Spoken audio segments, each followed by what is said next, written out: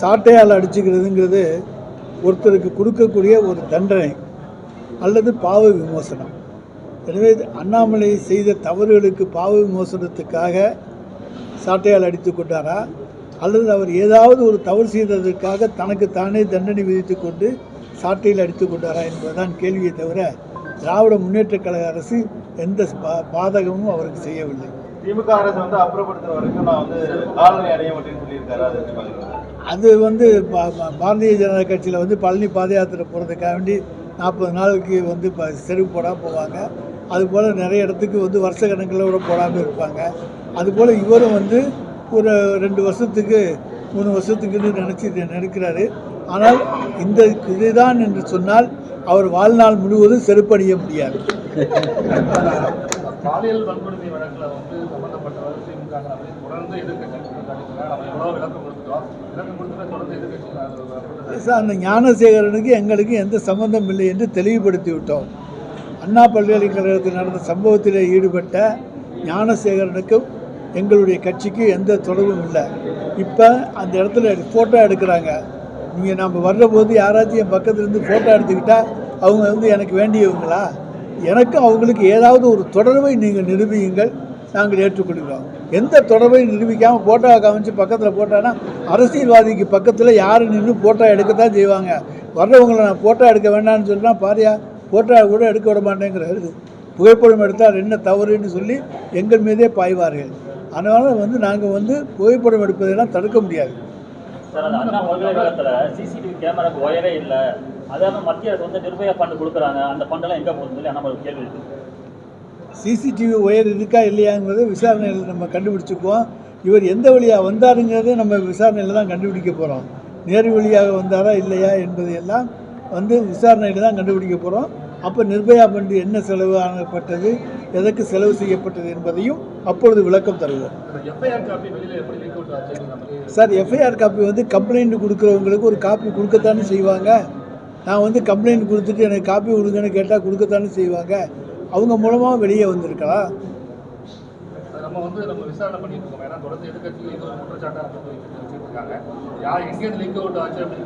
அது நான் complaint கொடுத்தவங்கள்ட்ட copy ஒன்று கொடுக்குறோம்ல, அதானே சட்டம்.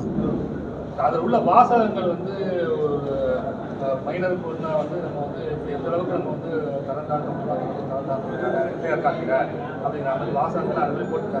இல்லை, வாசகங்கள் தரந்தாழ்ந்து நிச்சயமாக இருக்க வாய்ப்பு கிடையாது. அப்படி காவல்துறை எழுத மாட்டார்கள். அது என்னன்னு படித்து பார்த்துக்கிட்டு நம்ம பேசுவோம். சார், ஞானசேகர் மாணவர் அல்லாத இருக்கிறதுனால பல்கலைக்கழக வளாகத்தில் உள்ள வந்தது பாதுகாப்பு குறைபாடாக இருக்குமா? இல்லைங்க, ராத்திரி நேரத்தில் வந்திருக்காங்க. அண்ணா யூனிவர்சிட்டி கேம்பஸுங்கிறது 250 ஏக்கர் மிகப்பெரிய ஏரியா. அதுக்குள்ளே ராத்திரியில் திருத்தமாக வந்திருக்காங்க. இனிமேல் சுற்றிலும் எப்படி பாதுகாப்பை அதிகரிப்படுத்த வேண்டுமோ அதை நாங்கள் அதிகரிப்போம்.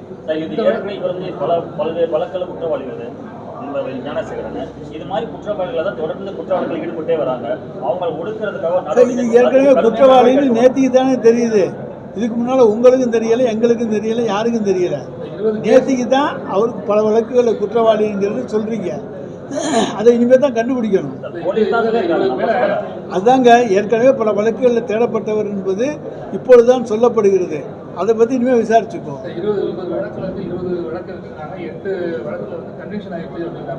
சார், கன்விக்ஷன் ஆனால் ஜெயிலில் இருப்பாங்க, வெளியே இருப்பாங்க. சார், 8 வழக்குகள் கன்விக்ஷன் ஆனாலும் வெளியே இருக்க முடியாது, உள்ளதான் இருப்பாங்க. சார், அதெல்லாம் இப்போ கற்பனையாக இப்போ சொல்லிட்டு இருக்கீங்க. கூடாத்தையும் நாங்கள் ஆதாரபூர்வமாக அவர் மீது வழக்குகள் இருக்கின்றனவா இல்லையா என்பதையெல்லாம் அவர் மீது உண்டான பல்வேறு காவல் நிலையங்களிலே விசாரித்து விட்டு அதை பற்றி உங்களுக்கு சொல்லுங்கள். பல்வேறு வழக்குகள் காவல்துறையை சிசிடிவி வெளியிடுறாங்க. நம்ம ஆளுநர் பெட்ரோல் கொடுத்து வீசுறதாகட்டும் உள்ளிட்ட பல்வேறு வழக்குகள் சிசிடிவி ஃபுட்டேஜ் அங்கே பார்த்து லீக் அவுட் பண்ணுறாங்க காவல்துறையை. இதில் இது வரைக்கும் சிசிடிவி ஃபுட்டேஜ் எந்த சிசிடிவி ஃபுட்டேஜும் லீக் அவுட் பண்ணாமல் இருக்காங்க. நீங்கள் தான் சிசிடிவி ஃபுட்டேஜ் இல்லைன்னு சொல்லி நீங்கள் தான் முதல்ல சொல்கிறீங்க, அப்புறம் ஏன் வெளியிடலன்னு இப்போ திருப்பி கேட்குறீங்க. காவல் ஆணையர் சொல்லும்போது கிட்டத்தட்ட 60 கேமரா இருக்குது, 60 கேமரா 40 கேமரா ஒர்க் ஆகிட்டு இருக்கு அப்படின்னு காவல் ஆணையர் பேட்டி கொடுக்குறாரு. அப்படிங்கும்போது மீதி உள்ள 20 கேமராக்கள் மட்டும்தான் நிச்சயமாக அதில் அவருடைய புகைப்படங்கள் அவர் உள்ளே வர்றது போன்றவைகள் இருந்தால் எடுத்து ஏன்னா நீதிமன்றத்துக்கு போயிடுச்சு வழக்கு. இனிமேல் யாரும் அதுலேருந்து இது இல்லை அது இல்லைன்னா சொல்லி தப்பிக்க முடியாது. நாங்கள் ஃபுட்டேஜ் இருந்தால் அதை கொண்டு போய் நீதிமன்றத்தில் ஒப்படைச்சி தான் ஆகணும். அதுலேருந்துலாம் தப்பிக்க முடியாது. அதனால் அதையெல்லாம் நாங்கள் நிச்சயமாக கொண்டு போய் கொடுப்போம். எங்களுக்கு அவரை காப்பாற்றணுங்கிற அவசியமே கிடையாதுங்க. அந்த இதை முதல்ல மைண்டில் வச்சுக்கோங்க. ஏதோ ஒரு பின்னணியில் நாங்கள் அவரை காப்பாற்ற முயற்சிக்கிறோங்கிற போலே கேட்குறீங்க. ஞானசேகர் என்பவர் யாரென்றே எங்களுக்கு தெரியாது. அவர் எங்கள் கட்சியில் எந்த பொறுப்பும் இல்லை. அவரை காப்பாற்ற வேண்டிய அவசியமும் எங்களுக்கு கிடையாது. சார், ஒரு சம்பவம் நடந்ததுக்கு அப்புறம் தான் நம்ம வந்து பாதுகாப்புங்கிற ஒரு முடிவு போடுறோம். இப்போ நீதிமன்ற வளாகம், இப்போ பல்கலைக்கழக வளாகம், இது மாதிரி இல்லாமல் நீதிமன்ற வளாகத்தில் சம்பவங்கள் நடந்துச்சு. இப்போ எல்லா நீதிமன்றங்களிலேயும் காவல்துறையினுடைய பாதுகாப்பு, துப்பாக்கி ஏந்திய காவல்துறையினுடைய பாதுகாப்பு போடப்பட்டிருக்கிறது. பல்கலைக்கழக வாசல்களையும் போட வேண்டும் என்று சொன்னால் நிச்சயமாக அதற்கான ஏற்பாடுகளையும் நிச்சயமாக ஆலோசித்து முடிவு செய்து மாண்புமிகு தமிழ்நாடு முதலமைச்சர் அவர்கள் ஏற்பாடு செய்வார். நடக்கிறதுக்கு முன்னாடி பொது இடங்களில் வந்து சார், நடக்கிறதுக்கு முன்னாடி இங்கே இந்த சம்பவம் நடக்க போது பீச்சில் போயிட்டு இருக்கோம். பீச்சில் சம்பவம் நடக்க போகுதுன்னா தெரியும். பீச்சு பூராவுமே நம்ம போலீஸ் பந்தோபஸ்து போட முடியும். அதெல்லாம் ரோந்து தான் போவாங்க. ரோந்து போகிறது வர்றது தான் இருக்குமே தவிர இந்தந்த இடத்துலலாம் குற்றம் நடக்கும்னு நம்ம எப்படி கெஸ் பண்ண முடியும்? பாதகம் செய்பவரை கண்டால் நாம் பயங்கொள்ளலாகாது பாப்பா. மோதி மிதித்து விடு பாப்பா, அவர் முகத்தில் உமிழ்ந்து விடு பாப்பா.